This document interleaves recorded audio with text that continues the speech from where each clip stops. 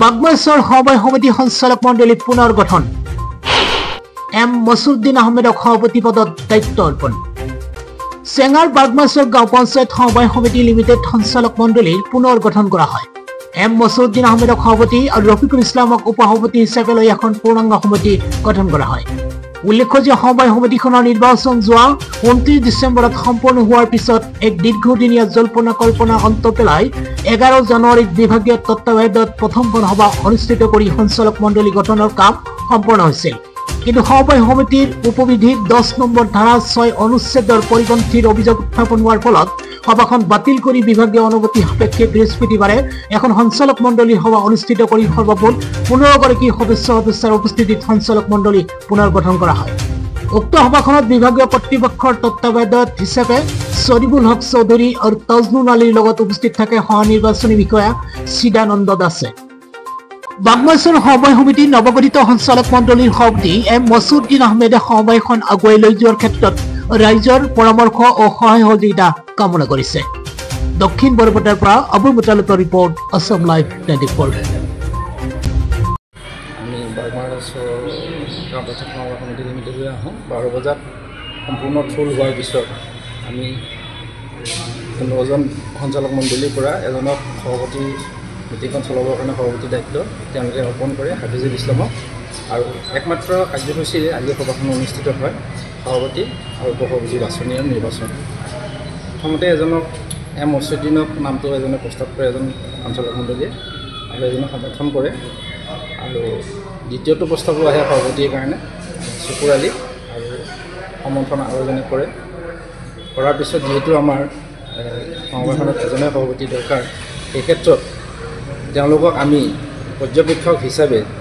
আমি তেওঁলোকক আইন 2007 ধাৰামতে তেওঁলোকক আমি গোপন ভোটৰ কথা বলবৎযোগে কৰিবৰ কাৰণে আমি তেওঁলোকক নিৰ্দেশ দিওঁ যোৱা কিছুদিন আগতে যিহেতু সমিতি গঠন হৈছিলে কিবা বিসংগতি হৈছিল নেকি আকৌ আজি বিসংগতি সেই বিষয়ে মই অৱগত নহয় আমি নিৰ্দেশ পালন কৰোঁ যিহেতু আমাক নিৰ্দেশ দিছে এটা আহিবৰ কাৰণে আগতেও দিছিলে হয়তো কিবা এটা বিসংগতি হৈছিলে অফিচিয়েল সেইটো হয়তো ধাৰাৰ মতে হয়তো হোৱা নাই সেই বিষয়ে মই অৱগত নহয় সেইকাৰণে আকৌ মই পুনৰবাৰ আকৌ আমাক ইয়াতে পঠিয়াইছে আৰু আজি সভাখন মাত্ৰ এজেণ্ডাৰে এই সভাপতি উপসভাপতি বাছনি আৰু নিৰ্বাচনৰ কাৰণে আমাক পঠিয়াইছিলে আৰু খুব শান্তিপূৰ্ণভাৱে প্ৰথমতে যদিও এজনে প্ৰস্তাৱ কৰিলে দ্বিতীয়জন সভাপতিৰ কাৰণে প্ৰস্তাৱ হয় যদিও তেওঁলোকে যিহেতু প্ৰথম পক্ষত 10জন দ্বিতীয় পক্ষত 5জন সদস্যৰ সন্মত আছিলে প্ৰথম পক্ষক সন্মান জনাই দ্বিতীয় পক্ষই সৰ্বসন্মতিভাৱে এম মছুদ্দিনৰ নামটো সৰ্বসন্মতিভাৱে 15জনে প্ৰস্তাৱ কৰি সভাপতি হিচাপে বাছনি কৰে মানে আজিৰ সমিতিখনত কোনো বিসংগতি হোৱা নাই বিসংগতি একো হোৱা নাই খালি এটাই আমি অফিচিয়েল যিটো আমাৰ হয় ধাৰা হয় সমবায় আইনমতে আমি যেতিয়া এজনতকৈ দুজন আহে তেতিয়া আমি নিয়মটো পালন কৰিব লাগে গোপন ভোটৰ দ্বাৰা সেইখিনি আমি সন্মানীয় সঞ্চালক মণ্ডলীক অৱগত কৰিছিলোঁ যদিও তেওঁলোকে পূৰ্বৰ পৰা এটা ট্ৰেডিশ্যন হিচাপে চলি আছে যে আমাৰ গোপন ভোট নালাগে আমি সৰ্বসন্মতিভাৱে তেখেতক 10জনক সন্মান জনাই আমি সমৰ্থন তেখেতক জনাইছোঁ 15জনকে যিয়ে নহওক যোৱা 29 ডিচেম্বৰ 2024 মোৰ সাধাৰণ নিৰ্বাচন হোৱাৰ পিছত 31 তাৰিখত আমি যেতিয়া কাউণ্টিং হয় হয়তো আমাৰ অফিচিয়েলিভাৱে অলপ প্ৰচিডিং লেট হোৱাৰ কাৰণে আমি যোৱা 10 তাৰিখ আমাৰ মিটিংখন মাতি দিছিল 11 তাৰিখত আমাৰ এখন নতুন সমিতি হৈছিল মোক জনাইছিল কিন্তু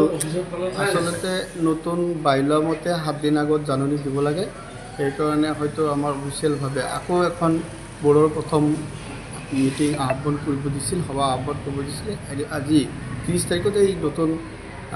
প্ৰথম বৈঠকখন হৈ গ'ল যোৱা সভাতো মোক সভাপতি হিচাপে আমাৰ সঞ্চালক মণ্ডলীয়ে প্ৰস্তাৱ আৰু সমৰ্থনৰ মাজত কৰিছিল আজিও সৰ্বসন্মতিক্ৰমে মোক সভাপতি হিচাপে আৰু ৰফিকুল ইছলামক উপসভাপতি হিচাপে প্ৰস্তাৱ আৰু সমৰ্থন সৰ্বসন্মতিক্ৰমে কৰিছিল যিহেতু আমাৰ বৰ্ড অফ ডিৰেক্টৰৰ লগত ৰাখি ৰাইজৰ